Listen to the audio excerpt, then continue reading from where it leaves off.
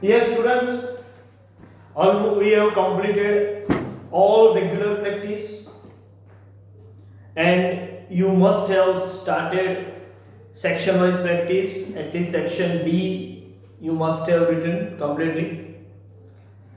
Section C, section D, of course section E में से, ये चैप्टर में से कोई क्वेश्चन नहीं होता बोर्ड के एग्जाम में, तो उसके बाद है सेक्शन एफ। तो आप ये सेक्शन वाइज प्रैक्टिस शुरू कर चुके होंगे, ये मैं आशा रखता हूँ, क्योंकि मुझे मालूम है कि आप लोग काफ़ी ओबीडियंट स्टूडेंट है और जो भी हम इंस्ट्रक्शन देते हैं वो आप पूरी तरह फॉलो करते हैं। तो मेरा ये विश्वास हमेशा है और बना रहेगा, ऐसा मुझे लगता है।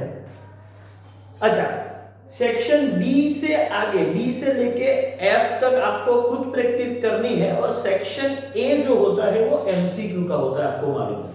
हर चैप्टर में एमसीक्यू का डिस्कशन जो है वो हम क्लासरूम में करते हैं, और ये बहुत इंपॉर्टेंट है। देखिए, एमसीक्यू का डिस्कशन जो होता है उसमें क्या होता है कि स्टूडेंट्स ये मानते हैं कि एमसीक्यू तो पढ़ लेंगे, ए बी सी डी कौन सा ऑप्शन है देख लेंगे, टिक मार करके उसको पढ़ लेंगे और रट्टा मार के जाएंगे। ऐसा नहीं होता। ये पूरा चैप्टर आप किसी भी टॉपिक का आपने पढ़ा हुआ है, वो कितना परफेक्ट आप समझे हो, उसका इवैल्यूएशन एमसीक्यू में हो जाता है।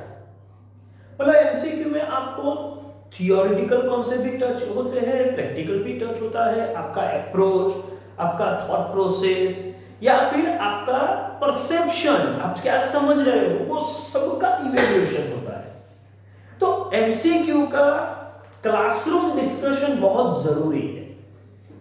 कई सारे स्टूडेंट्स या कई सारे टीचर्स ये ओपिनियन के हैं कि एमसीक्यू में क्या डिस्कस करने का, नहीं, इसका डिस्कशन बहुत जरूरी। इससे पता चलता है कि अप्रोच कैसा होना चाहिए, क्या सोचना चाहिए। पर्टिकुलर क्वेश्चन का आंसर आपको समझ में आ गया कि बी है, लेकिन ये आंसर क्यों है, इसके लिए भी कुछ डिस्कशन करना पड़ेगा। इसके अलावा कुछ अलग तरीके से पूछे तो ये आंसर हम लेंगे। ये सब कुछ डिस्कशन तभी पॉसिबल है जब हम एमसीक्यू का क्लास में डिस्कशन करें, और उसी फेज में हम ये आज मैं वीडियो आपके समक्ष प्रेजेंट कर रहा हूं। तो चैप्टर 1 हमारे स्टडी मटेरियल में पेज नंबर 24 और 25 पे ये एमसीक्यूज दिए हुए हैं। Of course they are with answers. हो सकता है कि आंसर जो दिए हैं उसमें एक दो मिसप्रिंट हो, पता नहीं, लेकिन हम क्लासरूम में पूरा डिस्कस कर रहे हैं, ये वीडियो लेक्चर में पूरा डिस्कस कर रहे हैं, आप देख लेना, ठीक है। चलिए, Chapter 1 index number, section A MCQ, page number 24-25, starting with first question. Along with me, please read these questions. The study material you are also having with you. First, which method is useful to compare long-term variation in the values of variable? देखो, long term के लिए क्या जरूरी है, कौन सा pattern useful होगा? Chain base, last year, fix base, partial. देखो, लास्ट ईयर पार्शियल तो आपको मेथड का नाम है, लेकिन अप्रोच जो है उसको देखा जाए तो चेन बेस शॉर्ट टर्म के लिए होता है, फिक्स बेस लॉन्ग टर्म के लिए होता है। Question is about long term, तो आपको आंसर देना पड़ेगा fix base method, answer C. तो फर्स्ट का आंसर हुआ C, you just tick mark over there. Second question, which weight cannot be represented by a number? देखो, आपको मालूम है कि weight assignment दो तरीके से होता है, implicit and explicit। implicit में हम नंबर अलॉट नहीं करते, explicit में हम नंबर अलॉट करते हैं। यहां पूछा है कि which weight cannot be represented by number, तो ऑप्शन ए है explicit, बी है implicit, सी है absolute, डी है relative। आपको आंसर देना है B, implicit। Third question, if increase in production of an item for the year 2016 is 13/4 times that of base year, base year का इतना times है, index number for the year 2016, देखो production is 13/4 times of base year, तो base year जो था, ठीक है, उसका इंडेक्स तो 100 था, तो 2016 का 100 का 13/4 टाइम्स होना चाहिए। सो 100 इंटू 13 डिवाइड बाय 4 करेंगे तो आपको आंसर मिल जाएगा। मैं एक बार कैलकुलेटर से चेक कर लेता हूं क्या आंसर है भाई। 13 into 100 divide by 4, so it becomes 325। चलिए कौन सा ऑप्शन है? Option A, fourth. Blank index number is used to determine pay scale, dearness allowance, bonus etcetera of the employ. देखो भाई, एम्प्लॉय को ये जो डियरनेस अलाउंस है, पे स्केल है, बोनस है, ये डिपेंड करता है कि मतलब जो महंगाई बढ़ती रहती है उसके लिए कुछ भत्ता वत्ता दे देते हैं, बोनस या पे स्केल। तो एम्प्लॉइज को ये सब पेमेंट जो करना है, तो एम्प्लॉइज तो बाजार में जाके रिटेल प्राइस से परचेस कर रहा है, वो कोई होलसेल प्राइस से परचेस नहीं कर रहा है। इसका मतलब वो एंड यूजर है, तो उसका स्टैंडर्ड मेंटेन करने के लिए उसको हमें सैलरी या पैकेजेस ये जो है वो हम देते हैं। तो ये रिलेट होना चाहिए कॉस्ट ऑफ लिविंग इंडेक्स के साथ, ठीक है। होलसेल का इंडेक्स जो है वो इन्फ्लेशन रेट कैलकुलेट करने के लिए बराबर है, गवर्नमेंट इसका यूज कर रहा है। लेकिन हम जिसको सैलरी दे रहे हैं, जिसको डियरनेस मतलब महंगाई का भत्ता दे रहे हैं, तो महंगाई जो है वो कौन सी, रिटेल प्राइस की महंगाई इसको इफेक्ट कर रही है, ठीक है। होलसेल प्राइस की महंगाई उसको इफेक्ट नहीं कर रही है। तो इसका ये मतलब हुआ कि कौन सा इंडेक्स यूजफुल होगा, which is based on retail price. और रिटेल प्राइस पर आपको मालूम है कि कॉस्ट ऑफ लिविंग इंडेक्स। इसके साथ में एक दो चीज आपको जोड़ दूं, कॉस्ट ऑफ लिविंग इंडेक्स बोले या रिटेल प्राइस इंडेक्स बोले, वो दोनों एक ही चीज है। तो कभी ऑप्शन में आपको रिटेल प्राइस इंडेक्स दिखा हो तो भी आपको मालूम होना चाहिए उसी को हम कॉस्ट ऑफ लिविंग इंडेक्स बोलेंगे, ठीक है। तो ये ऑप्शन कौन सा है? Cost of living index option है डी। तो फोर्थ का आंसर हो गया डी। देखते हैं fifth question. Which consumption is used in calculation of last year's index number? Consumption मतलब क्वांटिटी। तो लास्ट ईयर के इंडेक्स में हम बेस ईयर की क्वांटिटी को यूज करते हैं। आपको मालूम है फॉर्मूला क्या है? फॉर्मूला लास्ट ईयर का फॉर्मूला है sigma P1 Q0 upon sigma P0 Q0 into 100। इसका मतलब वेट किसको बनाया है? बेस ईयर की क्वांटिटी को, मतलब बेस ईयर के कंजम्पशन को लिया हुआ है। यही क्वेश्चन है, देख लीजिए। Which consumption is used in calculation of last year index? It's a consumption of base year. The option is A. Which years quantity is considered to construct last years index? The same question in different language. तो which years quantity is a base year quantity we just discussed? Option A. In which method of index number question of selecting base year does not arise? Base year का selection ही नहीं करना है, उसका कोई question ही नहीं है, तो इसका मतलब चेन बेस होगा, क्योंकि उसमें तो बाय डिफॉल्ट प्रीवियस पीरियड को हम क्या मान लेते हैं? Base period. तो इसका मतलब ये होगा कि इन which method question of selecting base year does not arise? It is chain base method, और ये ऑप्शन है ऑप्शन सी। चलिए 8th क्वेश्चन ध्यान से देख लेते हैं। Price of wheat in current year increases from ₹7 to ₹10.5। तो इसका मतलब बेस ईयर में 10.5 था, करंट ईयर में 7 हो गया। Then what is the percentage increase in price? अच्छा, परसेंटेज इंक्रीज पूछा है आपको, लेकिन मैं पहले निकालूंगा इंडेक्स कितना है। तो हमको पता चल गया कि इंडेक्स के लिए हमारा फॉर्मूला होगा P1 अपॉन P0 इंटू 100। अभी करंट ईयर में है वो 10.5 और बेस ईयर में था 7, तो 10.5 इंटू 100 डिवाइड बाय 7। एक बार कैलकुलेट कर लेते हैं।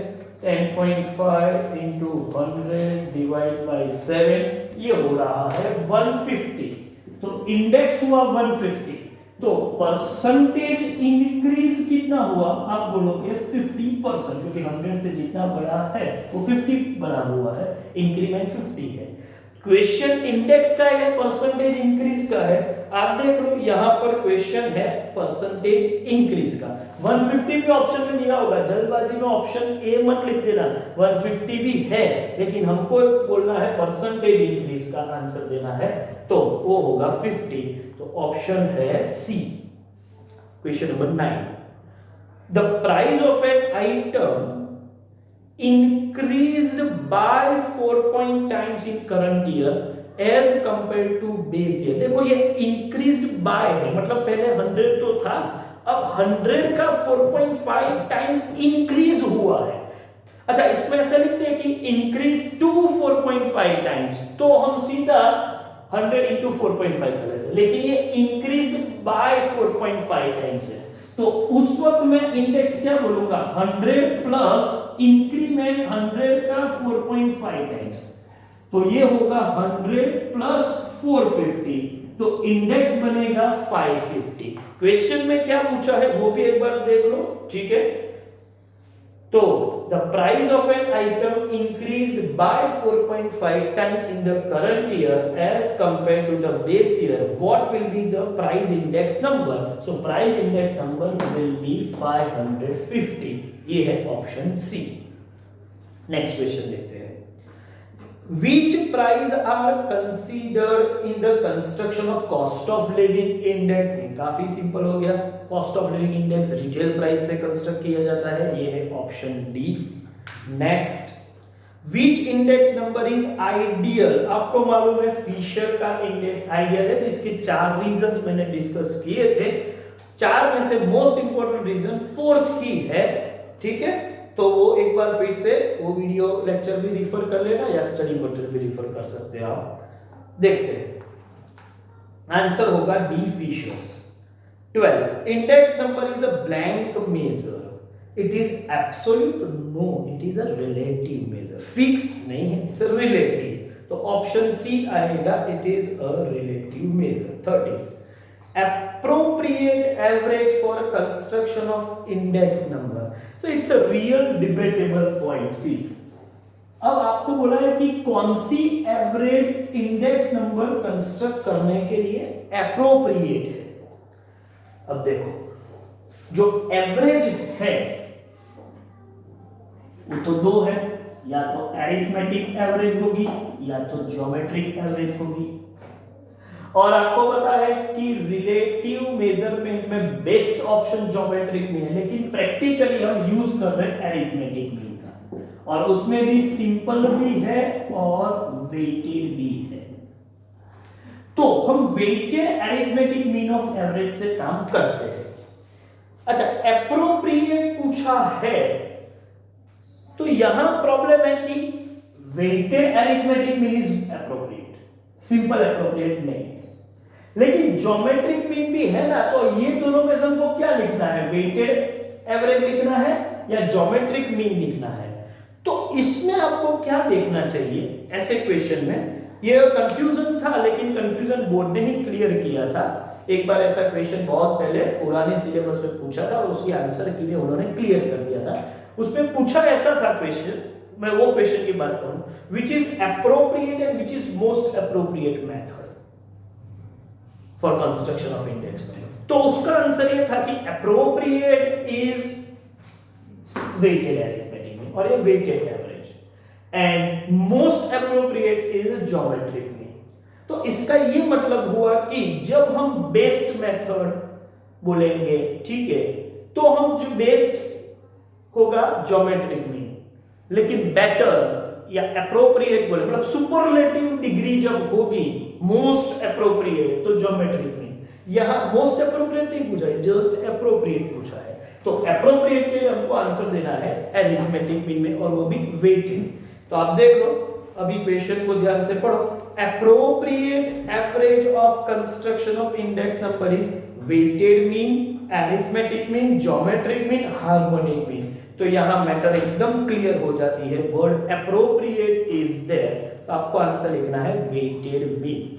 उसके बाद लेते हैं उसी के अनुसंधान में next question, which average is considered as the best average in construction of index. देखो यहां सुपरलेटिव डिग्री का यूज हो गया है, आपका जो एडजेक्टिव है वो बेस्ट वर्ड यूज किया हुआ है, सुपरलेटिव फॉर्म में है, तो सुपरलेटिव फॉर्म में हो तो हम ज्योमेट्रिक मीन आंसर देंगे, तो उसमें A harmonic mean, B arithmetic mean, C weighted mean, and D है ज्योमेट्रिक मीन, तो यहां आपका ऑप्शन होगा D geometric mean. 15th question, for construction of cost of living index number which price of items are collected. Which price, तो यहां पर तो आपको मालूम है कि retail price are collected, option है C retail price. 16 index, blank index represent standard of living of general population. Standard of living को प्रेजेंट करने वाला जो इंडेक्स है उसको बोलते हैं कॉस्ट ऑफ लिविंग इंडेक्स, तो वो है हमारा option B. Which index number gives idea of standard of living, ये फिर से वही टाइप का क्वेश्चन हुआ और उसका भी आंसर डी है, cost of living index number. 18 state the popular average in construction of index number। Okay, popular average मतलब इनमें से कौन सा एवरेज पॉपुलर है, मतलब पॉपुलर आपको मालूम है कि अरिथमेटिक मीन और वो भी वेटेज से काम करते हैं। देखते हैं ऑप्शन के हिसाब से जाएंगे, simple mean, weighted mean, geometric mean, arithmetic mean, it should be weighted mean, option B. What is the index number for the base year, base year का इंडेक्स हमेशा 100 होता है, तो ये तो सिंपल सा क्वेश्चन हो गया, answer C. Which expenditure of item is assigned as weight in the method of family budget। Family budget method में कौन से एक्सपेंडिचर को हम वेट मान के चलते हैं। देखो ये एक थोड़ा टेक्निकल क्वेश्चन है लेकिन बहुत सिंपल है, आप लॉजिकली समझो। हमारा जो इंडेक्स का फॉर्मूला है वो है sigma I W upon sigma W, और यहां पर हमने देखा था कि I का जो मतलब है वो है P1 अपॉन P0 इंटू 100 और W का मतलब हम करते थे P0 Q0। तो प्राइस इंटू क्वांटिटी को हम बोलते हैं एक्सपेंडिचर, लेकिन दोनों बेस ईयर के हैं तो हम इसको बोलेंगे, इसको हम बोलेंगे बेस ईयर एक्सपेंडिचर। तो क्वेश्चन यही है कि वेट किसको लेते हैं, तो बेस ईयर एक्सपेंडिचर को ले रहे हैं। तो देख लो कौन सा है option, which expenditure of items is assigned as weights in the method of family budget. Expenditure of selected year, average annual expenditure, expenditure of base year, yes base year expenditure है, expenditure of current year, answer should be C. Okay, देखते हैं। Okay 21 देख लेते हैं, in which method of computing index number the base year changes every year, तो वो तो chain base में होगा, तो ऑप्शन होगा D. 22 which is the index number that gives the idea of cost of living of people. Cost of living कहां से पता चलेगा, cost of living index number से, तो ये ऑप्शन होगा D. 23 if the cost of living index number for the people, यहां पर एक स्पेलिंग एरर है people का, तो वो आप मैनेज कर लेना, of a class is 200 for the year 2016 with respect to the year 2015, ठीक है, 15 को बेस बनाया, 16 का इंडेक्स दिया है। which of the following statement is true, अब ध्यान से देखो, आपका 2015 का इंडेक्स 100 है, 2016 का है 200, मतलब ये हुआ बेस ईयर का इंडेक्स, ये हुआ करंट ईयर का इंडेक्स। 100 से 200 हुआ मतलब प्राइसेस डबल हो गई, ठीक है। दूसरा आप इंटरप्रेट कर सकते हो कि प्राइसेस में इंक्रीमेंट हुआ, 100 से कितना हुआ, तो 100% इंक्रीज भी बोल सकते हैं, या फिर प्राइस डबल हो चुकी है ये भी बोल सकते हैं। तो आपको इंटरप्रिटेशन में या तो prices have been increased by 100% या बोल सकते हैं कि प्राइसेस आर डबल, तो ये दोनों में से कोई इंटरप्रिटेशन आप लिख सकते हो। देखते हो ऑप्शन में क्या लिखा हुआ है।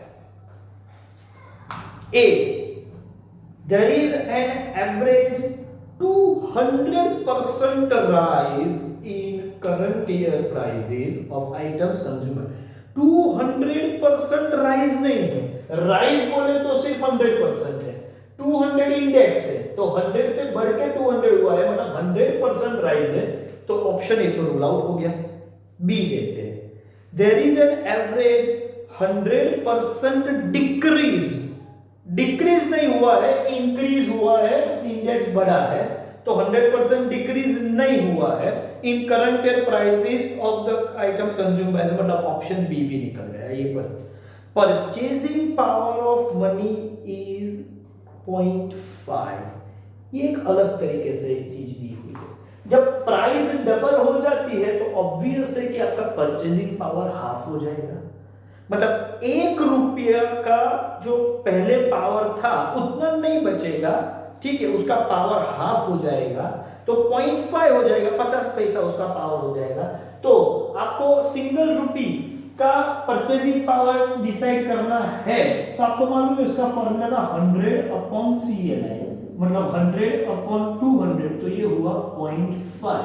ऑफ कोर्स प्राइस बढ़ रही है तो वैल्यू ऑफ मनी और परचेजिंग पावर कम होगा, प्राइस डबल हो गई तो परचेजिंग पावर हाफ हो जाएगा, सिंपल सा लॉजिक है। तो ऑप्शन सी तो करेक्ट लग रहा है कि purchasing power of money is ₹0.5, तो ये करेक्ट है, आपको इसी को मार्क करना है। लेकिन लगे हाँ डी को पढ़ भी लेते एक बार। The current year prices of the items consumed by that class are stable तो है नहीं, 100 नहीं रहा, मतलब चारों ऑप्शन में से एक ही ऑप्शन करेक्ट हुआ, कौन सा? Option C. तो आपको ये लिखना है करेक्ट आंसर ऑप्शन सी। देखते हैं 24। If the purchasing power of money is 0.75, देखो अब थोड़ा रिवर्स पैटर्न में क्वेश्चन पूछा है। Purchasing power of money is 0.75 in the year 2016 with respect to the base year 2015. Then what will be the price index number? देखो purchasing power is 100/CLI और ये जो 100/CLI है वो बोला है 0.75।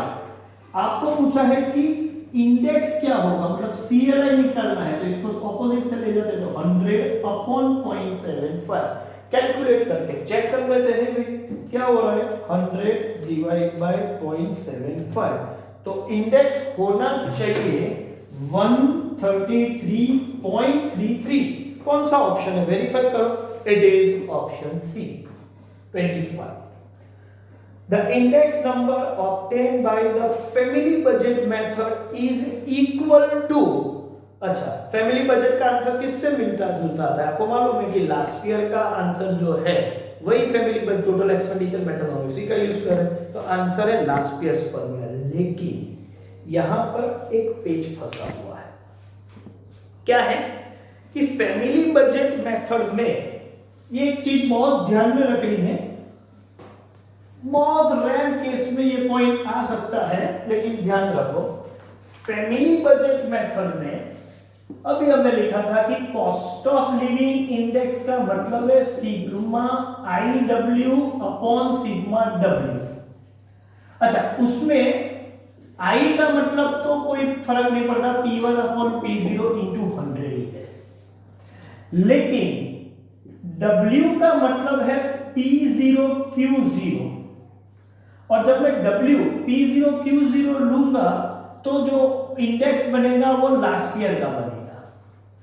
लेकिन सपोज मैंने वेट, हो सकता है कि करंट ईयर की क्वांटिटी ही दी है, बेस ईयर की क्वांटिटी दी नहीं है, तो उस वक्त मुझे वेट लेना पड़ेगा P0 Q1, और जब मैं वेट P0 Q1 लूंगा तो जो इंडेक्स मिलेगा वो पाशे का मिलेगा। एक्चुअली ये काम होता ही नहीं है, रेयरेस्ट रेयर केस में कभी ये होता है। तो इन जनरल कुछ भी नहीं दिया है, जनरल मैटर डिस्कशन कर रहे हैं, तो हम ये मान के चलेंगे कि cost of living index family budget method से जो आ रहा है वो लास्ट ईयर के साथ ही मैच होगा, क्योंकि हमेशा हम यही वेट लेके काम करते हैं। लेकिन कभी कभी रेयरेस्ट टू रेयर केस में वेट इसको ले लिया तो पासे का इंडेक्स बन जाएगा। यहां पर ऑप्शन में आपको लास्ट ईयर ही टिक मार्क करना है, प्लीज वहां गड़बड़ी नहीं करनी है, लेकिन आपको स्पेसिफिक कंडीशन दे कि हम वेट में P0 Q1 लेंगे तो किसके इंडेक्स के साथ ये फैमिली बजट इंडेक्स मैच होगा, तो उस वक्त वो पाशे के साथ मैच होगा। और ये एक क्वेश्चन, एक छोटा सा पॉइंट आपको MCQ में आगे जाके आने वाला है, वो टेक्स्ट बुक का ही MCQ है। देखते हैं, वी आर मूविंग फॉरवर्ड, देखते हैं आगे बढ़ते हैं। हाँ, तो ये जो था उसके लिए तो आपको सिंपल सा आंसर दे देना है, ठीक है, कि Laspeyres formula option B, sorry option C option होगा। Which of the following statement is not true, मतलब सही नहीं कौन सा है, with reference to index number? A, index number is a relative measure, ये तो true है, तो A true हुआ। B, year chosen as base year for the construction of index number should be a standard or normal year, ये भी सही है, तो ये भी true हुआ। If the index number for price of an item for the current year is 133, then the prices of item increases by 130, ये नहीं हो सकता। इंडेक्स 133 है तो इंक्रीमेंट 33% होगा, इंक्रीमेंट 133% नहीं हो सकता, तो ये ऑप्शन सी जो है वो ट्रू नहीं है। फिर भी हम डी पढ़ लेते हैं। The ratio of prices of current year and base year of an item is called price relative, yes उसको हम प्राइस रिलेटिव बोलते हैं, P1 अपॉन P0 को प्राइस रिलेटिव बोलते हैं। तो कौन सा ऑप्शन अनट्रू है, वो है ऑप्शन सी। ओके, देखते हैं question number 27। Which of the following index number is used in determining the requirement of foreign exchange in country? foreign exchange के लिए हमको foreign exchange का यूज कहां पर होता है? देखो आपको मालूम है कि इंपोर्ट एक्सपोर्ट में हमको फॉरेन एक्सचेंज की जरूरत पड़ती है, ठीक है, तो इंपोर्ट एक्सपोर्ट का कोई इंडेक्स निकलेगा तो फॉरेन एक्सचेंज की रिक्वायरमेंट डिटरमाइन करेगा। देख लेते हैं ऐसा कोई इंडेक्स है ऑप्शन में, तो देखते हैं। Index number of national income, index number of imports and exports, option हो गया बी। चलिए 28, if IP equals to IF, मतलब पाशे का और फिशर का इंडेक्स सेम है, Which of the following, देखो ये दोनों का सेम है तो गारंटी समझ लो कि लास्ट पेयर का भी यही होगा, तभी और तीनों के सेम होंगे, दो सेम है तो तीनों सेम होंगे, तो वो ऑप्शन है C, IF equals to IP equals to IL। Okay ना होगा। अच्छा, अभी इसके बाद 29th क्वेश्चन जो है उसको बाकी रखते मैं पहले 30 सॉल्व कर रहा हूं, बाद में हम 29 देखते हैं। पहले क्वेश्चन नंबर 30 देख लेते हैं। What weight is assigned as expenditure to price relative P1 upon P0 of the item to obtain the formula for partial index? ये रहा इसका डिस्कशन। I का मतलब P1 अपॉन P0 इंटू 100 है, ठीक है, मतलब मैं यहां से P1 अपॉन P0 की बात करूं, वहां पर भी मैं वेट किसी को बाद में 100 को मल्टीप्लाई कर सकता हूं, तो यहां मैं वेट में किसको लूं, ठीक है, यहां पर बोला गया है what weight assign as expenditure to price relative P1 upon, किसके लिए? To obtain the formula for partials, तो पार्शियल्स के लिए वेट किसको बनाना पड़ेगा? P0 Q1 को। अभी हमने डिस्कस किया, वही क्वेश्चन हो गया, मैंने बोला था ये क्वेश्चन टेक्स्ट बुक के ही MCQ का एक आएगा, तो आपको आंसर लिखना है P0 Q1 to be taken as weight, और वो है ऑप्शन सी। और अब एक क्वेश्चन जो 29 बचा उसको देख लेते हैं। The average disposable income of families of a class is rupees 20,000 in the year 2013, and if the cost of living index number of that class for the year 2015 with the base year 2013 is 130। अच्छा ठीक है, तो देखते हैं 130 index हुआ तो what should be the average disposable income of the family for this class in the year 2015? बहुत simple सा काम करना है, उतना कुछ डिफिकल्ट नहीं है, ध्यान से देखो। आपको बोला गया है कि इंडेक्स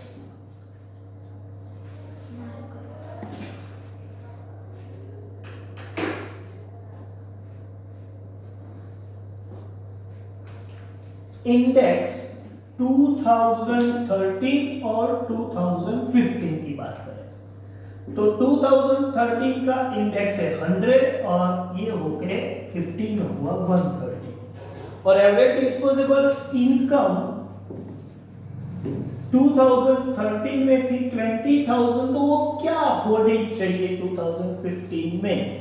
तो such estimated income must be 20,000 into 130 divide by 100, तो ये होने वाली है 26,000 रुपीज। और ये सिंपल सा आंसर आपको 26,000 अवेलेबल होगा।